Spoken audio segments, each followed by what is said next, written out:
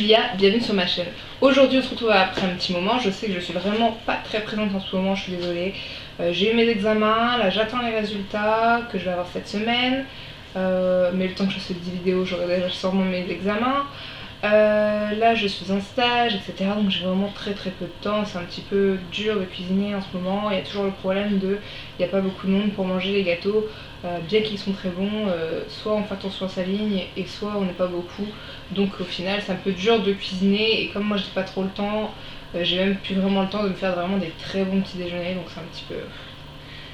Ça me saoule un petit peu, mais ça va revenir, ne vous inquiétez pas. Et donc je reviens déjà là avec une recette assez simple, vraiment simple. Il est très utile pour le cake design. Et il n'y a normalement pas besoin de plus en fait, il se suffit à lui-même, il est très bon tout seul, mais vous pouvez l'associer avec plein de choses et donc c'est vraiment très bien.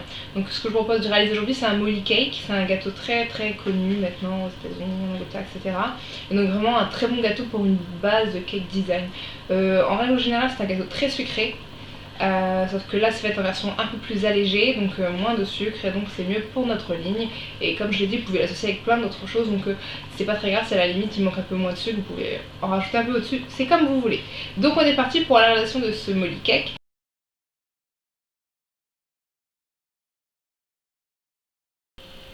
Donc pour réaliser un molly cake en version individuelle ou pour 2 personnes, vous avez besoin de 63 g de crème liquide entière à 30%, pas en dessous sinon ça prendra pas. De 8 g de cassonade, de 1 œuf, enfin normalement un petit peu moins mais bon, un œuf, de 7 g de levure chimique et de 63 g aussi de farine. Ici j'ai pris de la farine complète mais c'est meilleur avec de la farine blanche. On passe tout de suite à la réalisation du molly cake.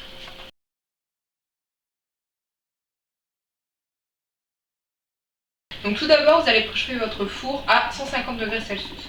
Ensuite vous allez prendre votre crème liquide, 30% de matière grasse, et la mettre au frais. Moi je la mets au réfrigérateur parce que c'est beaucoup plus performant que le frigo. Environ 30 minutes. Vous mettez donc votre crème au frais pendant 30 minutes, ainsi que le récipient dans lequel vous allez la verser pour la battre, et les fouets de votre mixeur.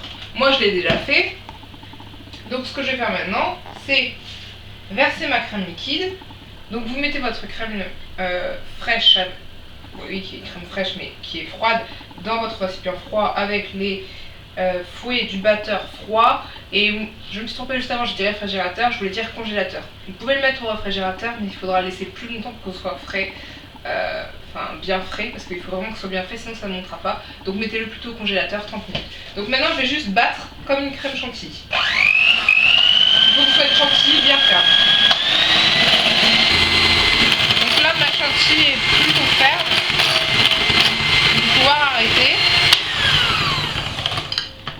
Donc ça vous le mettez de côté, c'est-à-dire vous le réservez. Et on va pouvoir passer à la suite de préparation. Donc ce que vous allez faire maintenant après avoir réservé votre chantilly, vous allez mettre vos 8 g de cassonade dans un récipient, prendre votre œuf et simplement les mettre ensemble pour les mélanger encore une fois au batteur. Alors normalement il faut un petit peu plus de la moitié d'un œuf pour une part individuelle, enfin pour 2 personnes. Donc soit vous mettez l'œuf en entier, ça ne changera pas grand chose, soit vous le coupez un petit peu.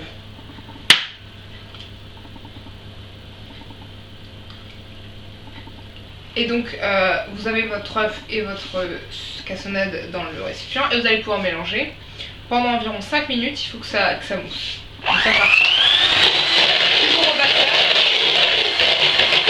Donc une fois que vous avez bien mélangé votre œuf, enfin votre presque œuf avec vos 38 g de cassonade, car c'est bien 38 g, j'ai fait une faute en disant 8 g, mais de toute façon je l'ai rectifié, vous le voyez en dessous, puis il est marqué 38 g de cassonade. Donc je dis bien vos 38 g de cassonade. Vous pouvez rajouter au mélange qui est mousseux vos 63 g de farine. Ici comme je vous ai dit j'ai mis de la farine complète parce que ça allège encore plus, mais au niveau du goût ça sera vraiment mieux de mettre de la farine blanche.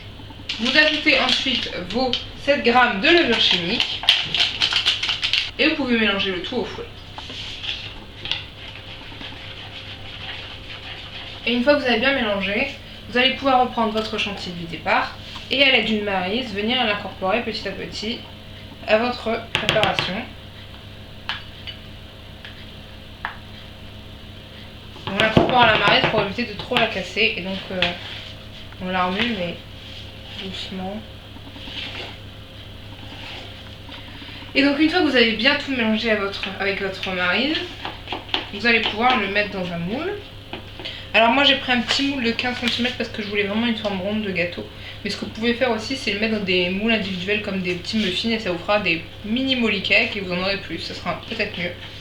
Et donc là comme j'ai pas beaucoup de pâte, peut-être que mon gâteau sera assez plat, ça va pousser un peu avec la cuisson mais bon il sera peut-être un peu plat. Mais moi je veux vraiment une forme de gâteau donc je prends le risque et c'est pas très grave de toute façon. Donc vous voyez j'ai pris un moule de 15 cm et je l'ai recouvert de papier sulfurisé. Maintenant donc on le met à cuire. Donc c'est déjà la fin de cette recette, voilà le résultat. Donc le gâteau, comme vous pouvez le voir, il est très très plat et là il est simplement basique. Donc je vous l'ai dit, il est assez plat mais ça je m'en doutais, c'est pour ça que je vous conseille peut-être si vous le faites pour une ou deux personnes comme là je l'ai fait, de le faire peut-être dans des petits moules individuels, ce qui permettra d'avoir des beaux petits gâteaux et même si vous voulez le napper au-dessus ça pourra faire très joli individuel. Mais moi c'est pas très grave, vous verrez, je vous montrerai des photos du montage à la fin parce que là je ne peux pas le napper etc puisque je vais le manger demain matin comme je l'ai dit et que les fruits surgelés risquent de dégorger. Donc vous pouvez mettre n'importe quel fruit. Moi je vais mettre des fruits rouges, des myrtilles et des groseilles, mais vous pouvez mettre n'importe quoi, des fraises, des framboises, vous faites ce que vous voulez. Si vous n'avez pas de surgelé c'est mieux de mettre du frais, mais bon si vous n'en avez pas vous faites avec le surgelé, faites comme moi. Donc je vous montrerai la photo au final, mais voilà le gâteau en lui-même. Et donc moi j'ai dit avec fromage blanc et fruits et ça va être très très bon, donc vous pouvez le faire si vous voulez pas trop calorique. Donc vous pouvez bien sûr mettre du cream cheese frosting, du chocolat, ce que vous voulez, ça sera très très bon. Ce gâteau peut être mangé tout à fait nature aussi, c'est à vous de voir. Donc voilà là ce qu'il donne et donc je vous laisse là maintenant. Je vais vous mettre à la fin de la vidéo des photos une fois montées. Et je vous dis à très bientôt pour de nouvelles recettes sucrées, salées et des food trotters et etc. Je vous fais plein de bisous. À bientôt, bye!